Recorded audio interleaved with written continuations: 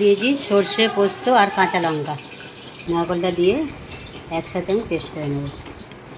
সয়াবিনটা সেদ্ধ করে রেখে দিয়েছি গরম জল দিয়ে, এটাও দেবো।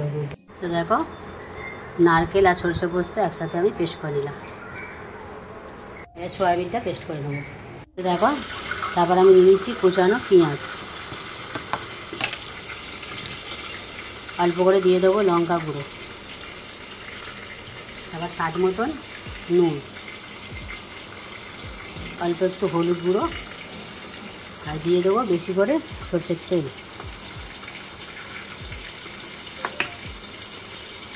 দিয়ে আমি একসাথে মেখে নেব। তো দেখো সব কলা পাতাগুলো আমি গরমে সেঁকে নিয়েছি, আর এই যে ম্যারিনেট করে রেখেছিলাম, এবার কলা পাতার মধ্যে আমি তেল মাখিয়ে নেবো। এই ম্যারিনেট করা এই সয়াবিনের এটা দিয়ে দেবো।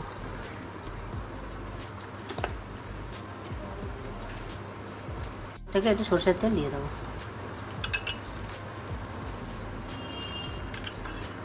আমাদের যে কড়াই আমি সেঁকবো এগুলো পাতুরিগুলো, সের মধ্যে একটু তেল দিয়ে দেবো, পরে মুড়ে নেবো।